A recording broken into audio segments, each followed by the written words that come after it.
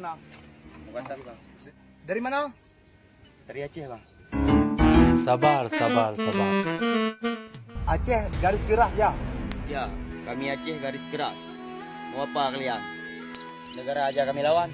Apalagi kalian? Lima.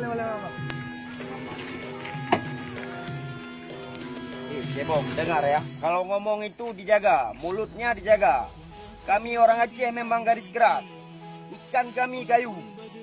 Sayur kami daun paku. Minuman kami kopi. Belanda aja nggak sanggup melawan kami. Apalagi kalian. Kamu lebih bersuci Aceh.